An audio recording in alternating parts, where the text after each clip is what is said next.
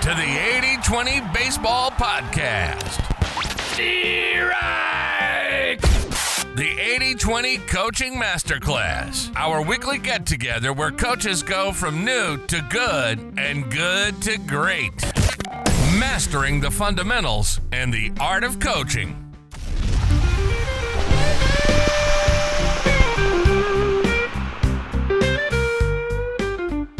All right, everyone. Coach Bo with you here. I am super pumped up to announce the 80/20 Baseball Coaching Plan. It is launched. It is available at 8020baseball.com.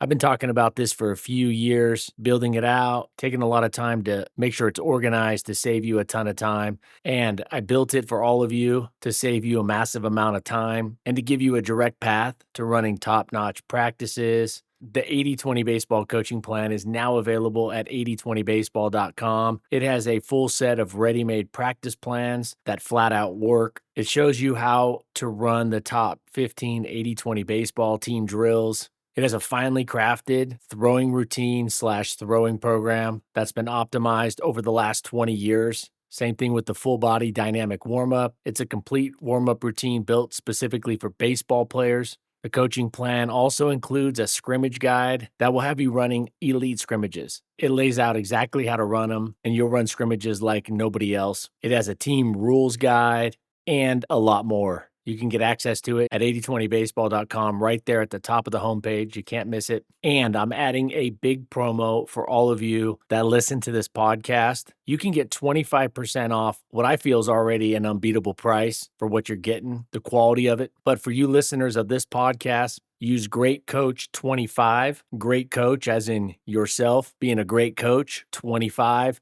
That promo code will get you 25% off. It's a complete coaching plan, highly organized in one spot. So not only are you going to save a ton of time, it takes out all the guesswork. You can find everything quickly and you'll have the confidence knowing that what you're using works. And it works great. So promo code GreatCoach25. It's good for 1 month and it gives you 2 years of access to the coaching plan. So you can use it this year, you can use it in the fall, and of course next season, next year. And that includes any and all updates. So I'm constantly going to be updating it. I'm constantly going to be updating, adding things. So you get 2 years of access to all of it for a price that I think is already unbeatable. And I did that because I wanted to give great coaches like yourself a super high quality coaching plan without taking anybody to the cleaners for it, which I see so many other people doing these days. So 8020baseball.com, 8020baseball.com, head over there and that'll be super awesome. All right, as pumped up as I am about that and having that available for all of you, we got a good episode here today. We have part 2 of our discussion with author and performance coach Kirsten Jones, who wrote the fabulous book, Raising Empowered Athletes. She's going to answer these 5 main questions in part 2 today. Are parents that played at a higher level more understanding of the challenges of being a youth athlete, playing youth sports? Can they relate more to the kids and players, or does experience with sports matter? Also, Kirsten is going to dive into the topic, what are the long-term effects of youth sports experiences on our kids, on our players? She's going to share some tips how we can help our players, our kids foster a growth mindset as young athletes. She's also going to discuss benefits of playing multiple sports at a young age. She's got an interesting take on this one, very helpful. She's also going to discuss strategies that we can use as coaches and as parents to help reduce competitive pressure in youth baseball, youth sports, so our kids, our players can thrive.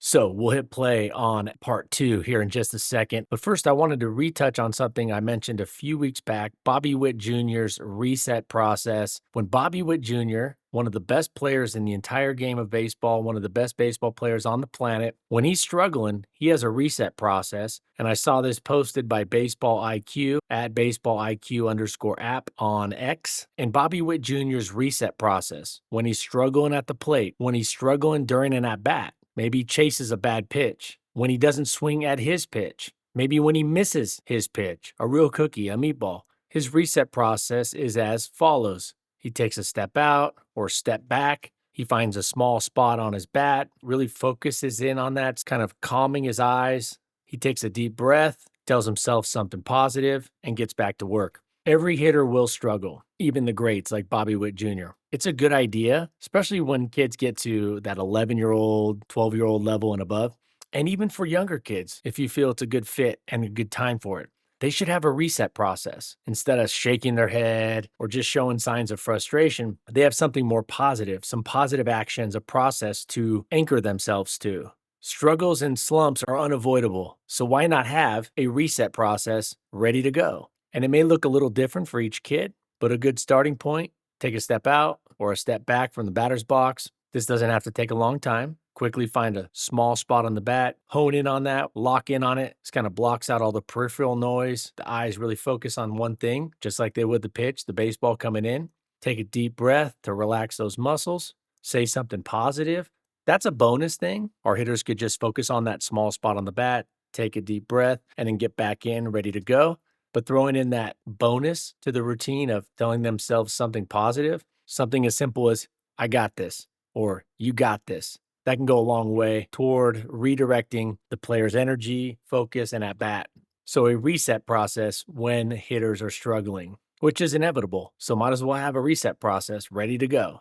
What I like best about this is that the mind is going to wander. Our players, our kids, our hitters are going to have their minds thinking about something. Unless they've been practicing as a monk for the last 50 years, their minds are going to wander. So why not give the mind something to anchor to that's productive, that's positive, such as a reset process, rather than negative thoughts, which are much more likely if we don't give our players or our players don't have for themselves a reset process. It's essentially an anchor from drifting away into the sea of negativity. So a reset process for our hitters. If your kids are 11 and older, this is definitely something they should have. You could implement this in minutes. Of course, players may forget it from time to time. Initially, they may have to be reminded about using it. That's to be expected. They may adjust it so it better fits them, but definitely a good thing to have. When I was at Long Beach State years ago, Ken Ravizza, considered one of the godfathers of the mental game of baseball, had all the guys doing this, all the hitters doing that. He had all the pitchers do it, a little bit different than stepping out of the batter's box and staring at the bat, of course. Every single player had a reset process. This is something all the great mental skills coaches do, but it's something a youth baseball coach can implement with their players. Speaking of playing years ago at Long Beach State, when I was at Long Beach State, they'd send you out for the summer. Colleges will send their players out for the summer. Most of you know this. I went to Alaska 3 summers in a row, had a blast up there. The league was very competitive. Not sure how it's doing these days, but back then it was super competitive, loaded with future major leaguers. And I lived with one of them, Jesse Chavez. Jesse Chavez. We basically shared this big bonus room. There's a couple other rooms. It was awesome. Great summer up in Anchorage. Shout out to Max Shelton, who was the host mom. Always hooked us up. Stuff from Costco, anything we wanted, put in the order. It was there that day. They treated us great. Anchorage Glacier Pilots. I also played for the Matsu Miners for 2 summers. What a fabulous organization that was. Wasilla and Palmer, Alaska, just great people. So I brought up Jesse Chavez because that dude is like 42 years old and still in the major leagues. He got drafted pretty much right after I played with him, which was forever ago. And you know what? I was thinking about this. How is he still in the league? You know why? Because he pounds the strike zone and he mixes up his pitches. He very rarely throws the same pitch 3 times in a row, whether it's fastball, breaking ball, changeup. He mixes up his pitches, he randomizes his pitches, and he pounds the strike zone, and he keeps the ball down. He throws strikes. When he doesn't throw strikes, he misses low for the most part, and he mixes up his pitches. The guy's been in the major leagues going on about 20 years now, and he's having a blast living out his childhood dream into his 40s. I had teammates, like a teammate I had in spring training. I remember in spring training, I had this teammate. He was hitting 95 with every pitch. He was released halfway through spring training. Couldn't throw strikes. He didn't pound the strike zone, and he didn't develop a changeup and a breaking ball, etc. Jesse Chavez is not a 95-mile-an-hour pitcher. He'd be lucky to hit 90 miles an hour right now, but he's still in the big leagues. Throws strikes. If he misses the strike zone, he typically misses down, and he mixes up his pitches. Very rarely throws the same pitch 3 times in a row. Something to learn from that as your players get a little older, especially into those late junior high years and high school years. All right, one more interesting thing. Today I was at the Boise Art Museum field trip with my kid. Nice place. Had some pretty cool stuff there. And one of the hosts, one of the museum tour guides, one of the ladies that was helping explain things to the kids, to the students, these are 2nd and 3rd graders. She used the word abstract 3 times in the first 5 minutes, talking to this group of 8 and 9-year-olds. And I thought about all of you in the episode a few weeks ago where I talked about when you throw out a big word, that there's a good chance not all the players, or in this case, students, know It's a good idea to define it or throw out a synonym right after that. That's more at their level.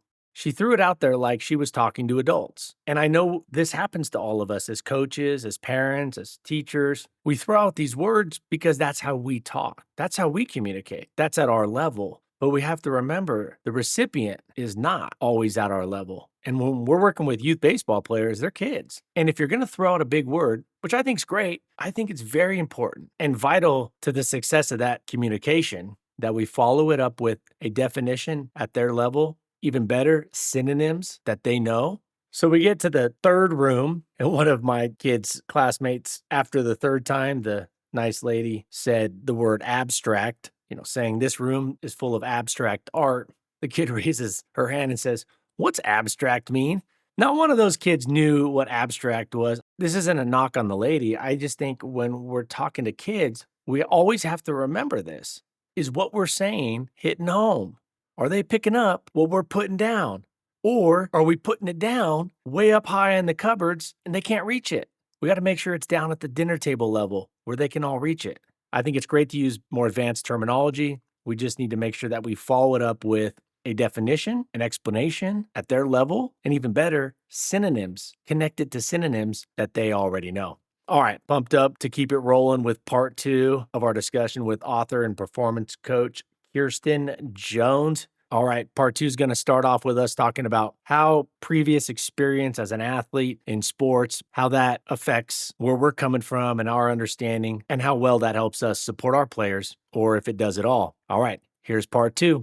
I would think parents that played at a high level would be a little more understanding and they would have less ignorance on this. Is that the case?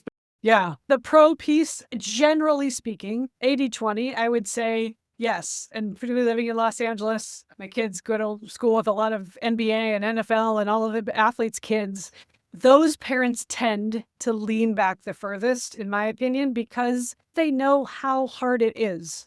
That said, I had a guy who played in the NFL, and there are parents that are they're wired that way. So understanding how you're wired and then understanding what's the end game. Whenever I speak with parents to schools, and I always say, it's a book. Their childhood is a story you're going to be reading. They're going to be reading in their mind 10, 15, 20 years from now. And when we have the power of perspective and we look back on their story, what do you want them to be telling you about what their memories are of their childhood? I had a woman in tears as I was researching the book. She was 45 or 50, and she literally started crying. I'd met her at a gym, and I was telling her about the book I'm writing, and she started crying. She said, I was a tennis player, and I was really good. And I don't even remember what happened on the court that day, but I just couldn't connect on a ball. And we're driving up PCH, going back to Malibu, going home, and my dad pulled the car over, and he made me get out and walk 5 miles home. And she started crying. It was 30 years ago, 20 years ago. And she said, I just don't want to do that to my own children. Yeah, that's sad. And I think many of the listeners might be hearing that and thinking, well, that's not me. I'm not going to make my kid walk 5 miles down PCH.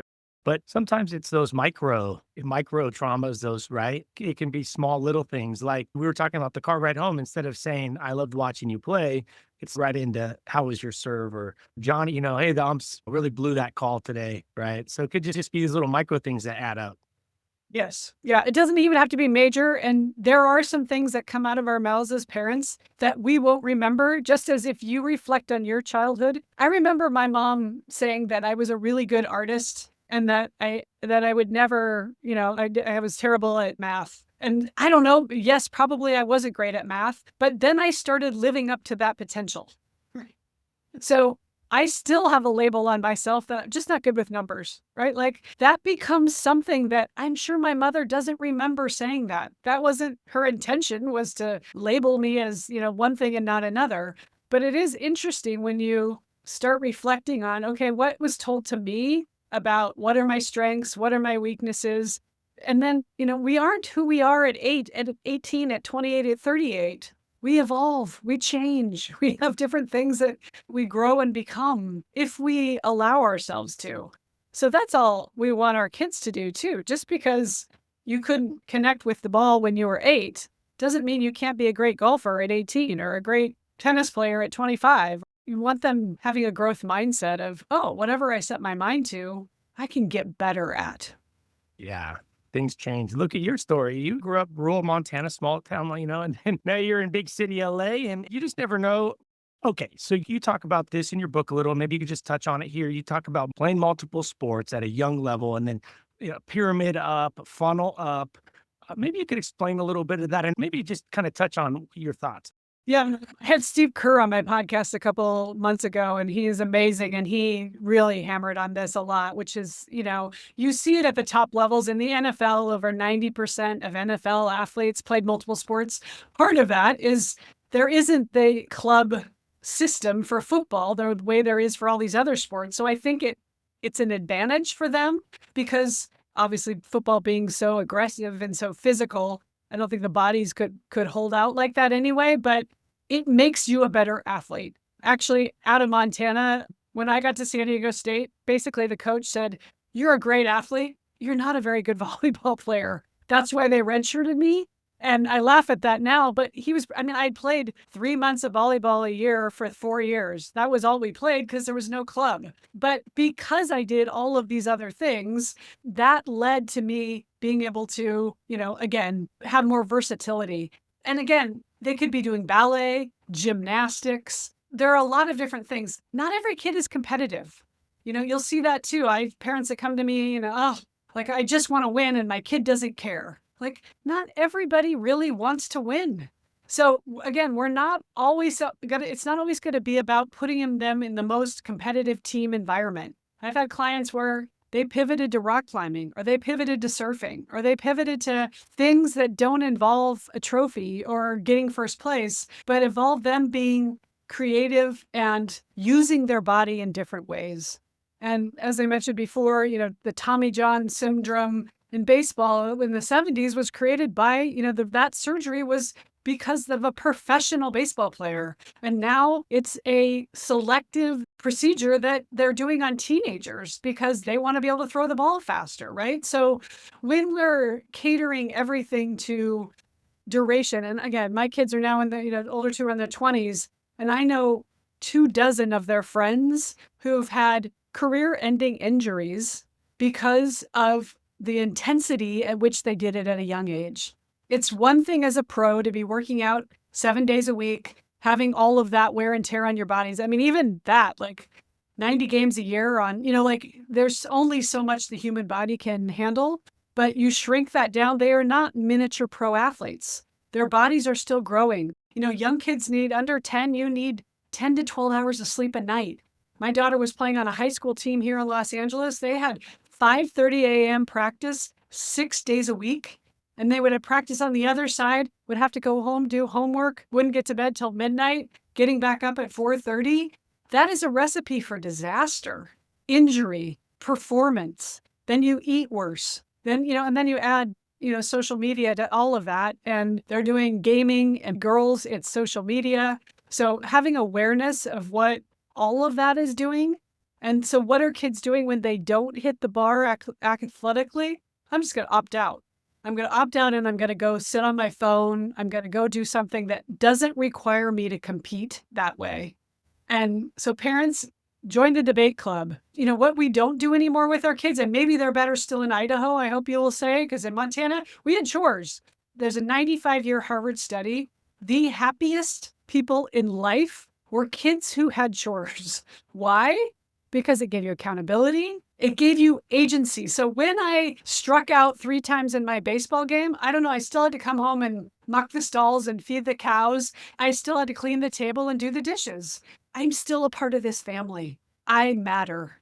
There's a great book by Jennifer Wallace all about mattering. And these kids don't feel like they matter because all of their reputation is about what their GPA is and what school they're going to go to. Who are they going to get recruited on? And what draft are they going to be in? And that's not what matters.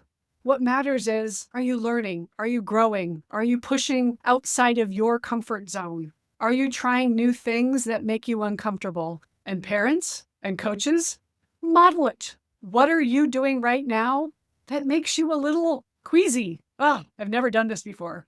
I'm taking up golf. I've played in the past, but now that the kids are gone, we're trying it again. And I have to coach myself, Kirsten, you're not going to be good at this. It's okay, right? But is it cooking with your kid? Is it playing music? What are the other things that you can do that help them grow competencies in other areas? Volunteering, part-time jobs, other things that another language, art, music, all of those things are beautiful ways for their kids to develop on multiple levels so that at some point the ball's going to stop bouncing for you. I mean, even LeBron is going to have to hang up his shoes here in a year or two.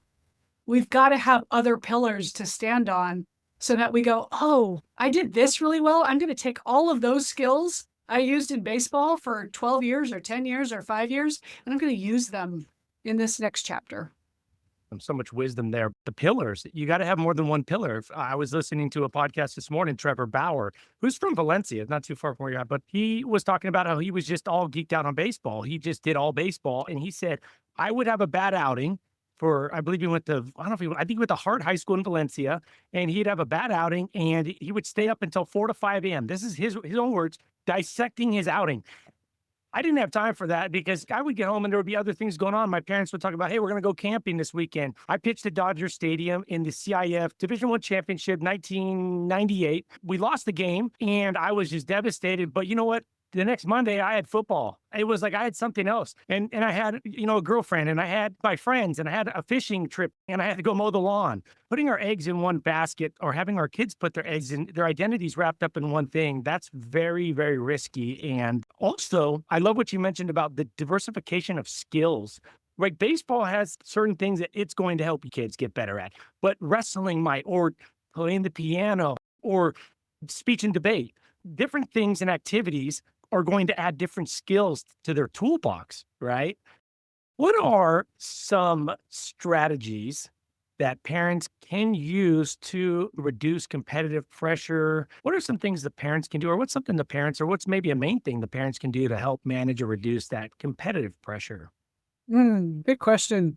I'm actually working with a client this afternoon who has the yips.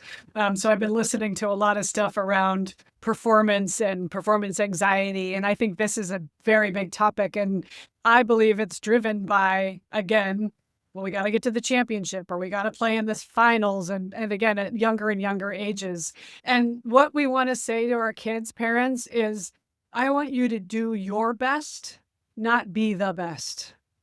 So maybe it's helping them set a small goal.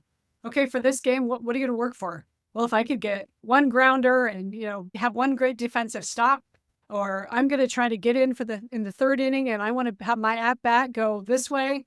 Like, have some specific goals and things that they have control over. Not we want to win the game, because sometimes we can play the best game ever and it still doesn't go our way. Focus on what you can control and let the rest go. What do you, son, have control over going into this game? Let them answer. Well, my attitude, I could be a good teammate. Well, I can cheer on. I can be supportive. Absolutely. So brainstorm some ideas of things that give them agency, because what we all want as humans is to know we are enough. That's it. It really boils down to that. And if they know from you, parents, coaches, and I see you showing up early, and I see you warming up. And I have multiple stories like this too in the book, where there were those coaches that are like, I couldn't play that kid because whatever, they weren't big enough, but they were the first ones in and the last ones to leave. And every opportunity, I let them know that I see them. And those are the ones that we don't worry about in the long run, because they know who they are, because they've grown through the process. It's those who sometimes are given the most talent, that don't have to work as hard, that don't put as much energy in, that when things, the legs fall out from under the chair and they completely crumble because they haven't really started to work on themselves and understand how they get better. The yips. I've dealt with a lot of athletes who've had the yips, specifically in baseball, where it's kind of more well known. I'd love to hear more as you work with this, because this is something that I get a lot of questions about. Yeah. So neurologically, what's going on is when we learn something new, it's here in the front of our brain and we're in that fight or flight, and like try learning a language or learning how to, and me golfing, how do I hold my hands and where do I stand? And you're thinking about everything you do. As you get to where you automate it, clearly a pro athlete, but even some of these high school and middle school athletes who've been playing for so long, it's now in the back of your brain. It's now automated. And what happens when we get the yips is it goes from the back up to the front where I'm overthinking everything. So it's actually breathing. And I like to use the analogy when I work with clients is what happens is the house is on fire. Oh my gosh, I'm not going to throw this. I'm not going to hit this. The self-talk is going on. The house is already on fire and I'm trying to figure out how to put out the fire. But what we need to do is flip the script. Before you even smell smoke, you need to practice chemically in your brain how you want to show up in that game. So it's also, how are you breathing? What is your self-talk? Do you have mantras that be where your feet are? I got this. I do a lot of work with athletes around like having a superhero in mind. If you have a superhero that you love, I'll have them give me all the characteristics. What is your superhero? Well, it's Batman. Why? Well, he's strong and he's got Robin and nobody can, destroy okay, so what are his characteristics? Well, strong, confident, always wins. And they'll list them all. And then you say, so who are we talking about? And you can do this like, oh, this is my favorite pro athlete. Same thing. List all the characteristics of this pro athlete. Who are we talking about? Well, we're talking about Batman. No, we're not. We're talking about you. You have all of those characteristics. And when you are playing in flow, which we can go into flow too, or maybe on the next one, when you're playing in flow, you're playing in that I'm just doing this. I'm not thinking about every single thing I do.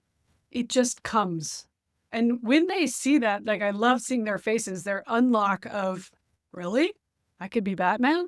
Really? I could be Freddie Freeman? Freddie talks to himself. I got this. He has mantras. He does breath work. He does visualization. Visualization is huge. And we do all of that before we ever step anywhere near the field so that when we get to the house, smell a little smoke, I can put it out. I don't have to wait. Because when you're throwing up on the sidelines or when you're feeling like you're hyperventilating or it's too late in that moment, most of the time, to fix it, even for a pro athlete, which is why we have these famous stories. I forget what athlete it was, same with football. Like he missed 6 kicks within 20 yards or something, right? Like a guy who can kick 50 yards. And what do you mean? You didn't just forget how to kick a ball. But in that moment, the house is on fire and I can't fix it. But I can give you tools that, like you practicing pitching, like you lifting weights, it's a muscle. And the more we use that muscle, then that becomes transferable. And when I show up in the big moment, well, I've got this little toolbox and I can open it up and I can use all these different tools. Yes, it's not just for baseball. This is for that big presentation you're going to give. This is for that interview you're going to have on TV. This is what an amazing gift, right?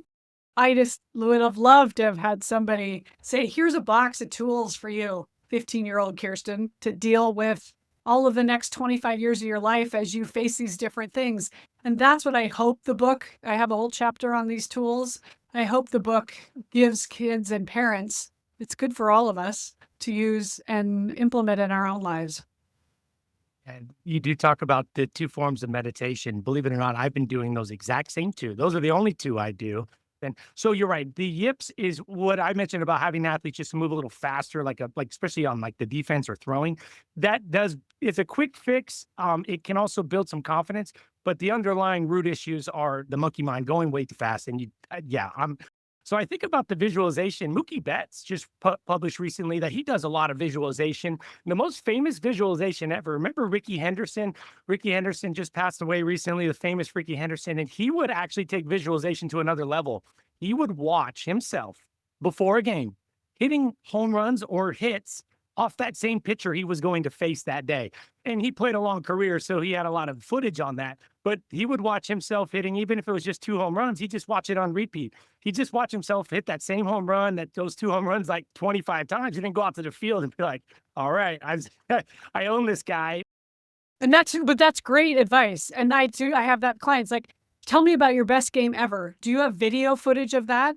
play that, because our brains don't know the difference between us thinking about something and us actually having already done it. Crazy. So if you actually even just visualize doing it, your brain's like, oh, I've done this before. What happens then? The cortisol level drops. What happens then? I can go out and perform. So when you visualize something, and then the next step is writing it down. And there are some great athletes who write down what happens as if it's already happened. I had the best game today. The ball was 10 feet wide. I just launched it over the backyard field like it was like I was playing t-ball, right? You have that kind of feeling. Cortisol goes down.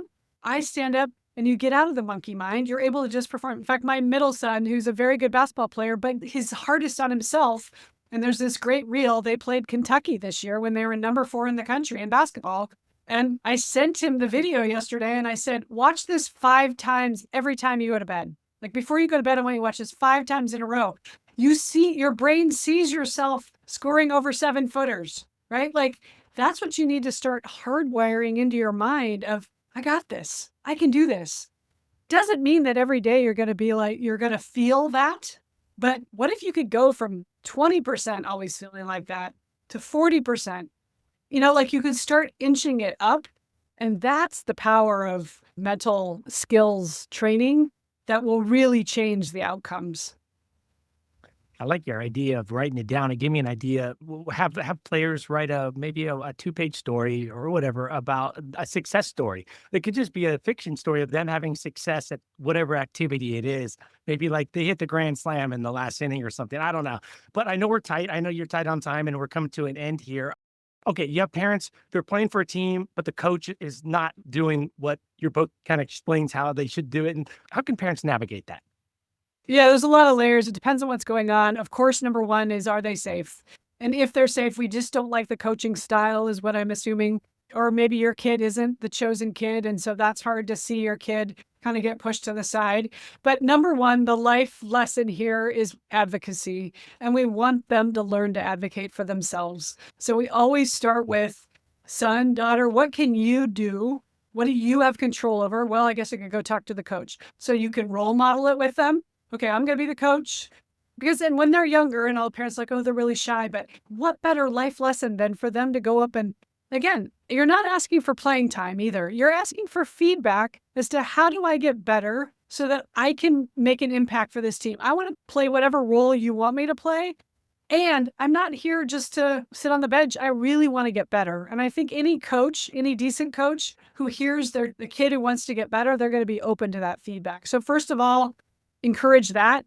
If that's not working, then yes, not after a game, not probably after a practice, but setting up a separate meeting with the kid, and again, some coaches will set out what their roles are, but if they're open to that, hey, let's just have a brainstorming of what are the things that junior, needs to be doing better so that they have something to work on. I think those are the places I would start. I know it gets really complicated and there's some parents, but here's what I think we do wrong is we insert ourselves before the kid even gets a chance. Yeah, I'm going to fix this. And like I know kids have gone to 4 high schools in 4 years. I mean, now that's happening at the college level, but if that's happening in the high school, that's a problem. Like, because what are we teaching them? And go to 5 different clubs in 6 years. Whenever it gets hard, we bail is what we're learning. And again, you're not going to have every coach, nor every teacher, nor every date you go on be the dream.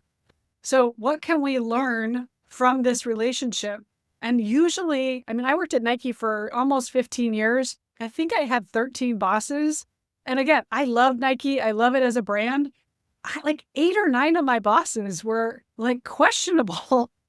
And I was like, and what can I learn from them? There's something you can learn from every tough situation you're in. And what we like to say is, well, I want it perfect. I want them to like my kid. I want them to get playing time.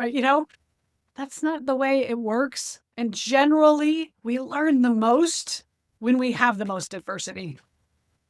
Like you said, agency and teaching them to be advocates for themselves. I think a small little tip would be, and my wife's really good about this, is having our daughter, she has to order her food at the restaurant. She's got to speak up to that adult server, and she's got to order the ice cream at the ice cream parlor. She has to speak up on that. So those little things. So, okay. Maybe you could just explain what you're doing and share with the listeners kind of what you're doing right now, the services you provide, and yeah. Yes, so I'm a peak performance coach, so I work one-on-one with athletes, so parents will reach out. Sometimes I work just with the athlete, sometimes I work with the parent separately from the athlete, but I do that. I work with teams too, so teams will hire me to come in and work with a team throughout a season so that they can perform the best and get into flow state and get the results they want. I'm a motivational speaker, so I'll speak at schools, at organizations, both virtually and in person.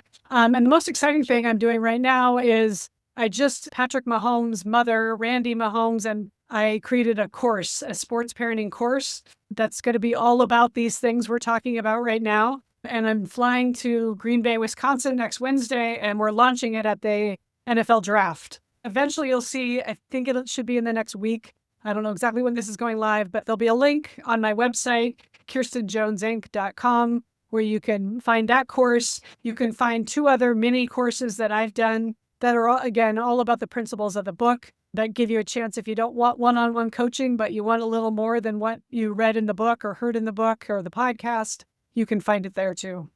Wow, that's exciting. Going out to the NFL draft to launch a sports parent course and also leagues. When you look at everybody listening to this right now, all of you great listeners, you're part of a league.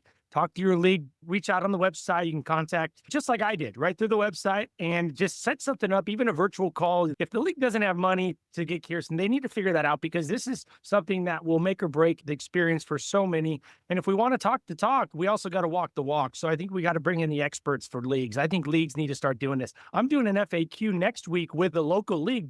There's no reason leagues all across the country can't bring in, especially virtually now on Zoom, these experts to come in and share this wisdom. But first off, go get the book, Raising Empowered Athletes. So yes, awesome. Kirsten, thank you so much for making the time and coming on here. Absolutely. It's a pleasure. And yes, I would love to speak to your league. That's what I do too. So, in my dream would be everybody says this is required reading for parents and for coaches before we start the season. And what a different experience we could have if we're all speaking the same language. 100%. Kirsten, thank you so much. Appreciate it. And have a great rest of your day. Thank you so much. I appreciate it. All right, that wraps up part 2 of our interview with Kirsten Jones. You can find all her contact information in the show notes. We got some good stuff to talk about next week. Miguel Cabrera, we're going to learn from him how we can get our youth hitters better by taking one of his philosophies of hitting. Also talk about a coach that influenced my thinking and approach to coaching. And I highly recommend studying his mindset a little bit. He's not a traditional sports coach, and he's from New Zealand. So we'll talk about that next week. Hey, head over to 8020baseball.com right now and get yourself access to the 80/20 baseball coaching plan.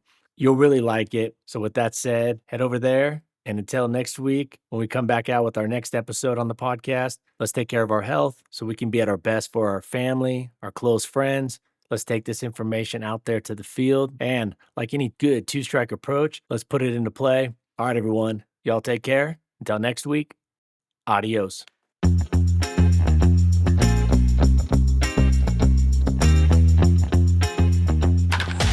This has been the 80/20 Baseball Podcast, the 80/20 Baseball Masterclass. We got this. Now, let's take the field.